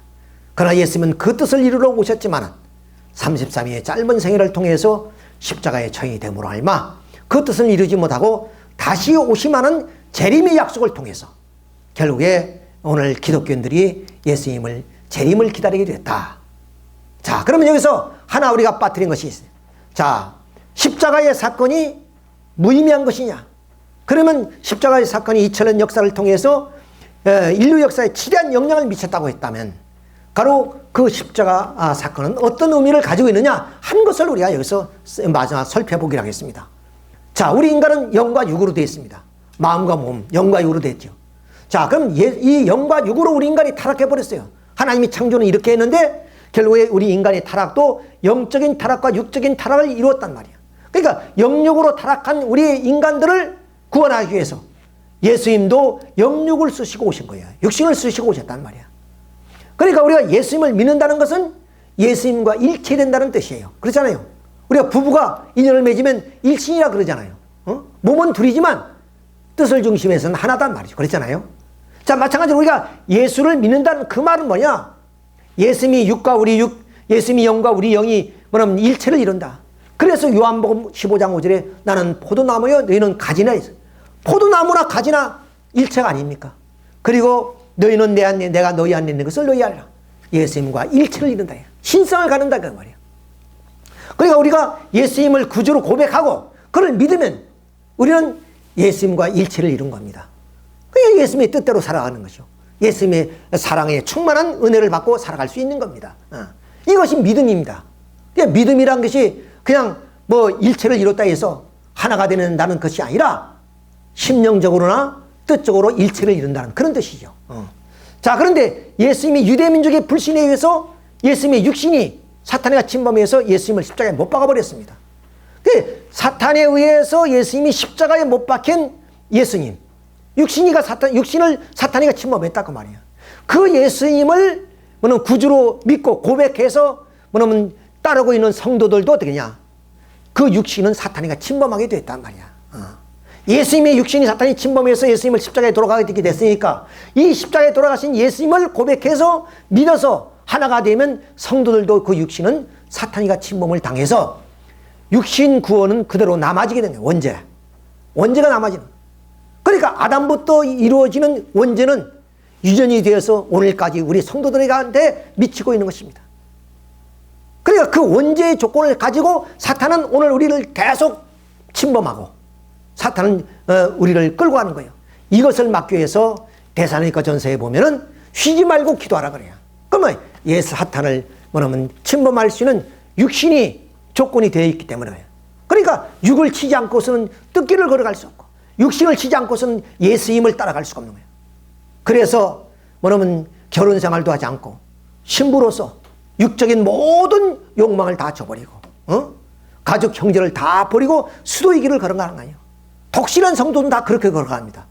그냥 세상과 더불어서 먹고 마시면서 세상의 모든 욕망을 취하면서 그렇게 신앙길을 가게 되어 있지 않습니다. 그 이유가 바로 여기 있습니다. 예수님의 육신이 사탄이 침범했기 때문에 그 사탄이 침범한 예수님을 믿고 있는 성도들도 원죄를 통해서 끊임없이 사탄의 유혹을 받게 되는 거예요. 그 사탄의 유혹을 끊기 위해서는 육적인 모든 욕망을 제거하는 그런 수도의 길을 걸어가야 돼요. 그것이 바로 우리 신앙인들의 길이라. 그런데 예수님이 십자가상에서 3일 만에 부활하셨단 말이에요. 그렇잖아요. 베드로전서 3장 10절에 육체는 죽임을 당하고 영으로는 살림을 당하셨다. 그러니까 예수님의 육신은 사탄이가 침범해서 죽였지만 예수님의 하나님의 능력을 통해서 죽음에서 부활하셨다. 영적인 부활을 이래. 영적인. 그러니까 예수님은 육으로는 죽임을 당하고 영으로는 살리심을 받으셨다. 부활하신 예수님을 믿으면 성도들도 그 영적으로 영적 구원의 혜택을 받는 것이다. 그러니까 십자가의 구원이라는 건 뭐냐? 영육 가울로 구원받은 것이 아니라 영적인 구원을 의미하는 것이다. 영적인 구원. 그러니까 우리가 예수님을 믿으면은 바로 영적으로 충만한 성령의 역사를 통해서 은혜를 받게 되는 거예요. 감동을 받게 되는 것입니다. 사랑을 느끼게 되는 거예요. 자, 이것이 영적인 구원이다. 그렇기 때문에 육적 구원을 위해서 다시 예수님이 오실 수밖에 없다. 그러니까 재림을 약속하고 가신 거예요.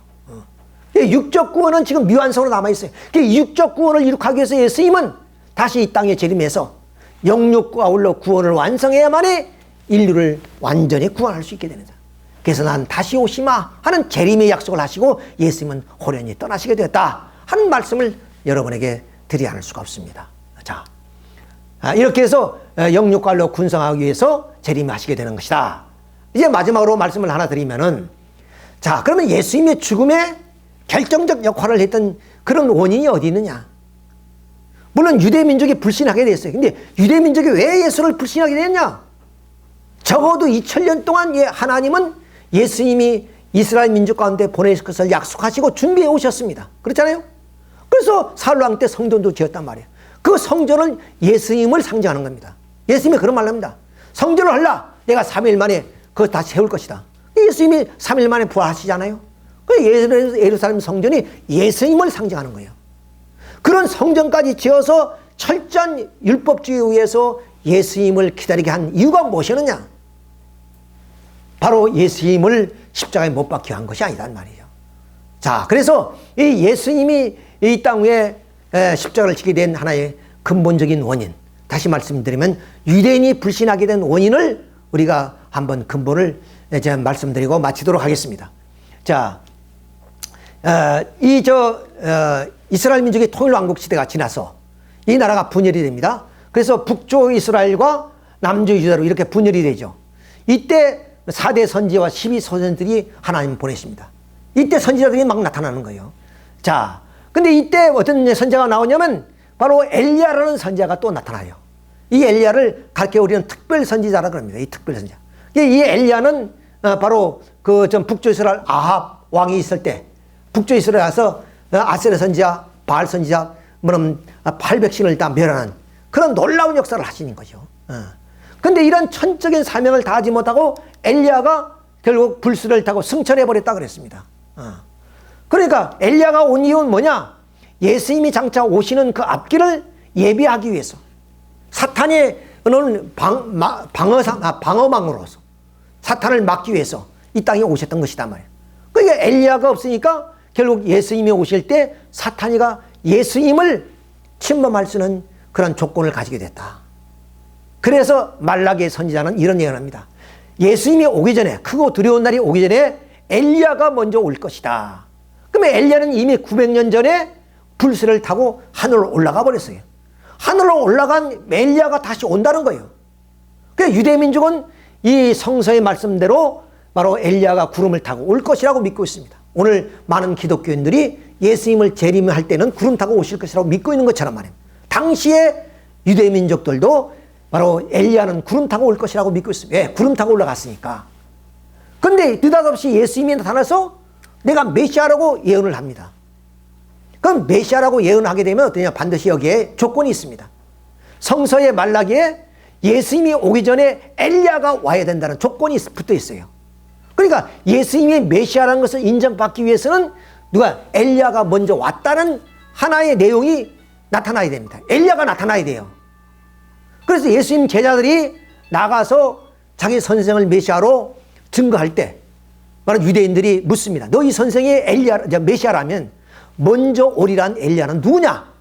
이렇게 묻게 되자 바로 제자들이 그런 신학적인 내용을 잘 모르고 있던 사람들이라서 예수님한테 묻습니다. 선생님이요, 어찌하여 엘리야가 먼저 와야 되고 묻습니까? 이러니까 예수님이 하시는 말씀이 그 말이 옳도다. 엘리야가 왔으되 저희가 뭐냐면 임의로 대했도다. 그래서 예수님이 메시아가 될 수 있는 방법은 엘리야가 와야 되는데 그 엘리야가 예수님 말씀에 따르면 왔다는 거예요. 지금 유대인들은 모르는데 구름 타고 올 줄 알고 있었는데 구름 타고 온 건 아니고 엘리야가 왔다는 거예요. 그 엘리야가 누구냐? 예수님 말씀에 세례 요한이다 그랬어요. 세례 요한이다. 그때야 제자들이 엘리야가 왔구나. 그러니까 우리 선생님이 메시아가 된다. 이런 하나의 이론이 성립될 수 있는 거예요. 자, 그런데 진작 세례 요한한테 물었어요. 유대인들이. 당신이 메시아입니까? 엘리야입니까? 선지자고 물으니까 나는 아무것도 아니라는 거예요. 엘리야 아니라는 거예요. 그러니까 당사자는 엘리야가 아니라고 부인해버립니다. 근데 예수님은 세례 요한이 엘리야다.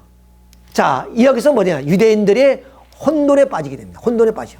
누구 말을 믿어야 되는 이야기야? 자, 예수 말을 믿으면 세례 요한이 엘리야고. 그런데 그러면 예수님이 메시아가 되는 거고.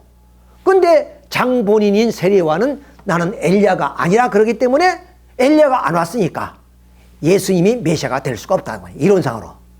이렇게 되는 것이요. 자, 그래서 이게 유대민족이 혼돈에 빠졌으니까 그러면 여기에서 두 분이 주장을 그럼 유대인들은 어떻게 받아들일 것이냐. 이것만 말씀드리고 끝나겠습니다. 자, 말씀드린 것처럼 이 세례 요한은 아버지 사가랴가 제사장입니다. 그냥 지성소에서 뭐는 이제 그 제사를 이제 드리는데 가브리엘 천사가 나타났어요. 가브리엘 천사가 사가랴 세례 요한 아버지한테 너의 바람을 내가 아노라. 무슨 바람이냐? 아니, 아들 하나 없어요. 제사장인데, 자기 물려줄, 제사장, 자리까지 물려줘야 되는데, 아들 하나 없단 말이야. 그러니까 한 마음속에 참 자식이 없음을 한탄하신 거예요. 근데 이미 늙어버렸어. 아내도 이미 경수도 끊어지고, 자기도 다 늙고. 그러니까 이게 포기한 상태라. 근데 가브리엘 천사가 들려주는 얘기가, 너의, 염려함을 내가 아노라. 너의 아내 엘리사벳이 아들을 낳을 것이니 그 이름을 요한이라고 이름까지 지어줘요. 그러니까 세례 요한의 아버지, 세례 요한의 아버지가 믿질 않습니다. 그럴 수가 있겠나 이렇게 안 믿어요. 그러니까 벙어리가 돼버려요. 집에 와 보니까 말을 못해. 자, 그래서 이제 와 보니까 사실 아내가 임신을 했어요. 그래서 이제 아기를 낳습니다.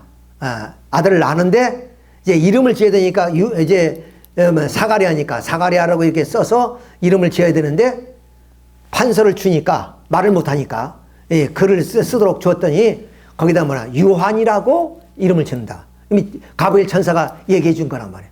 그러자 입이 열려요. 이런 이적과 기사리 온 유대 고을이 떠들썩합니다. 그러니까 이 말을 듣는 이마다 마음에 드어 가로되 이 아이가 장차 어찌 될 거니 이런 주의성이 저희와 함께 아니더라.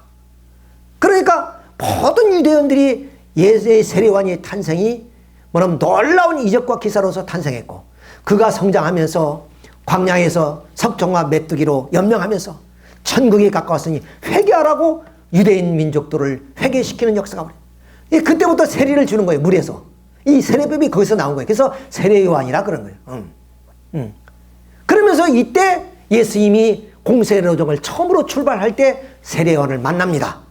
그러니까 세례요한부터 물 세례를 받으면서 나는 물로 세례를 주지만 그러면 내 뒤에 와서 불과 성령으로 세례를 주시는 분은 하나님의 아들이요 나는 그의 신들매 매기도 감당치 못한다. 유대 풍습상 종들이 주인의 신을 신께 드렸어요. 그러니까 신들매 매기도 못한다. 그 말은 종만도 못하다. 그 말이에요. 그렇게 고백을 합니다. 그리고 나도 모르지만 하나님의 아들이라 그래서 나 아들이를 중간들어. 나는 그의 앞길을 예비하러 왔노라. 곱게 하러 왔노라. 이런 증거까지 합니다. 자, 그러니까 모든 유대인은 이 세례요한을 위대한 선지자, 메시아 혹은 엘리야 선지자로 다 믿고 있었단 말이에요. 그러니까 이 예수님의 이 세례받는 장면입니다만은 세례요한이 예수님이 메시아다. 이 증거는 했어요. 근데 선포를 안 했습니다. 선포를 안 했어요. 증거만 해놓고 예수님 앞에서 증거만 했어요. 그러니까 선포란 것은 유대 민족을 향해서 선포를 해야 될 거 아닙니까? 근데 선포를 안 해버렸단 말이에요. 자, 예수님과 세례요한의 관계는 고종 이종간입니다. 이종 사촌간이에요. 이종 사촌간. 그러니까 마리아하고 엘리사벳, 그러니까 세례요한이 어머니하고 사촌간이에요. 사촌간. 그러니까 6개월 먼저 세례요한이 탄생했어요. 그러니까 순서로 보면 예수님보다 6개월 먼저 태어난 형님이에요. 그리고 가문이 빛납니다. 그렇죠? 자, 이거 봅시다. 여기 보면 엘리야라고 예수님이 세례요한을 지적합니다. 자, 이렇게 지적했죠? 근데 세례요한 자신은 아니라고 부정해버려요. 자, 그러니까 이제 유대인들은 누구의 말을 믿어야 돼요? 자, 그것은 그때 당시에 세례요한과 예수님이 유대인들에게 어떻게 비쳤느냐, 이거에 따라서 뭐는 판가름이 나는 거예요. 그렇잖아요. 자, 예수님은 그야말로 더벅머리 총각으로서 목수의 아들이고 또 율법을 폐하는 자로서 죄인들이 친구, 세리, 장녀, 3인방이 누굽니까? 어부들이에요. 그리고 자기를 하나님처럼 누군지 너희 부모, 너희 형제보다 나를 더 사랑하라. 뭐 이런 얘기라든가. 또 주일날 주의를 지키지도 않고 생명시하는 그 주의를 좀 지키지도 않고 벼이색을 부벼먹고. 그런데 세례요한은 대제사장의 아들이고, 그리고 아까 말씀드린 출생시에 이적과 기사로서의 탄생하셨고, 또 수도생활, 빛나는 수도생활을 통해서 온 유대인이 다 예수님을 메시아로 믿고 있는 세례요한을 그럼 좀 지도자로 믿고 있는 그런 상황이다. 그러니까 메시아가 아닌가 할 정도로 그렇게 바라보는 세례요한이다 그 말이에요. 그러니까 이때 유대인들은 누가 믿겠어요? 예수님을 믿겠어요? 세례요한을 믿겠어요? 물어볼 필요도 없는 얘기입니다. 세례요한을 믿는 거예요. 근데 세례요한이가 아까 말씀드렸지 증거만 해놓고 선포는 안 했단 말이야. 그리고 돌아서 버립니다. 세례요한이. 다시 말하면 세례요한이 예수님과 운명을 같이 해서 같이 먹고 같이 마시면서 죽도 같이 죽고 살아도 같이 살고 뭐냐면 이래야 되는데 세례요한은 자기 인기를 뭐냐면 가슴에 안고 자기의 새로운 길을 가게 되는 거예요.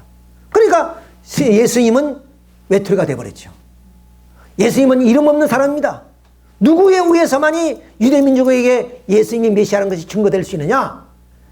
요한, 야곱, 베드로 이런 어부들에 의해서는 안 되는 거고, 그 시대의 기득권층을 지도할 수 있는 지도자, 그 세례요한밖에 없어요. 그러니까 하나님은 세례요한을 준비해 놨단 말이에요. 6개월 전에 먼저 탄생하기 시켜서. 그래서 세례요한의 꿈 예수님을 증거하게 함으로 알마 바로 몰랐던 유대민족의 예수님을 메시아로 믿어서 그 예수님을 통해서 이스라엘 민족이 구원을 받고 이 땅의 평강의 왕으로서 등극하셔야 될 것인데, 결국에 세례요한의 불신으로 말미암아 예수님은 유대민족 앞에 메시아로 비춰진 것이 아니라 마귀의 그런 바알세불에 접한 귀신이 왕으로 이단자로 몰려서 결국 십자가에 돌아가시게 되었다 하는 겁니다. 슬픈 얘기예요, 사실은. 그렇잖아요.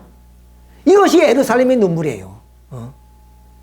예루살렘은 하나님이 임재하는 곳이고 자기의 이름을 기록하여서 영원히 그 눈과 마음을 함께할 그런 곳이라고 이사야서를 통해서 밝히고 있습니다. 그런 평화의 도시, 평화가 넘치고 아름다움이 넘치는 그런 예루살렘의 그 평화의 도시가 바로 눈물로 적게 된 이유가 바로 여기에 있다는 것을 우리는 가슴 깊이 생각해 봐야만 됩니다. 자, 그래서 이사야 말씀을 다시 한번 하겠습니다. 이는 한 나이가 우리에게 낳고 한 아들을 우리에게 주신 바 되는데 그의 어깨는 정사를 메었고 그 이름을 기묘자라 모사라 전능하신 하나님이라 영존하신 아버지라 평강의 왕이라 할 것이라. 이러한 평강의 왕이 유대민족의 불신에 의해서 처절하게 십자가상에서 뭐냐면 아침 이슬처럼 사라져버렸다. 이것이 뭐냐면 예루살렘의 눈물입니다. 이것이 유대민족만이 통곡이 아니라 인류의 통곡이에요. 예수님이 죽은 이후에 인류 역사는 전쟁으로 점철된 역사입니다. 만약 예수님이 이 땅에 평강의 왕이 되어서 평화의 세계를 이뤘다면 인류 역사는 그때부터 전쟁도 분열도 없는 분쟁도 없는 평화의 세계가 이루어졌을 것입니다. 그러나 이젠 뭐냐면 2000년을 뛰어넘어서 이제 새로운 시대가 도래하고 있습니다만 그런 하나의 새로운 시대를 맞이하기 위해서는 어떻게 됩니까? 과거를 청산해야 됩니다. 과거를 용서하고 가야 됩니다. 에? 과거에 있던 것을 우리가 원수를 갚아야했다고 한다면 칼은 칼로 망하고 그러잖아요. 그래서 문선명 선생님은 바로 이 과거의 2000년에 엉클어진 모든 섭리사를 다 정리하고 용서하고 회개해서 새로운 세계로 후천 개벽 시대를 선포하면서 선생님은 예루살렘에 세계에 있는 모든 평화대사들 그리고 통일 그룹에 있는 그런 사람들을 보내서 또 세계 지도자를 보내서 용서하고 화합해서 바로 예루살렘에 그 눈물을 지우는 그런 역사를 했습니다. 그래서 여기에 쟁점이 되는 것이 뭡니까? 이슬람, 유대교, 기독교 여기에 이제 예루살렘에 놓고 지금 분쟁을 하고 있잖아요. 이런 사람들이 화합하는 입장에서 바로 그 세 종단이 함께 모여가지고 예수님이 가시멜리관을 쓰고 갔잖아요.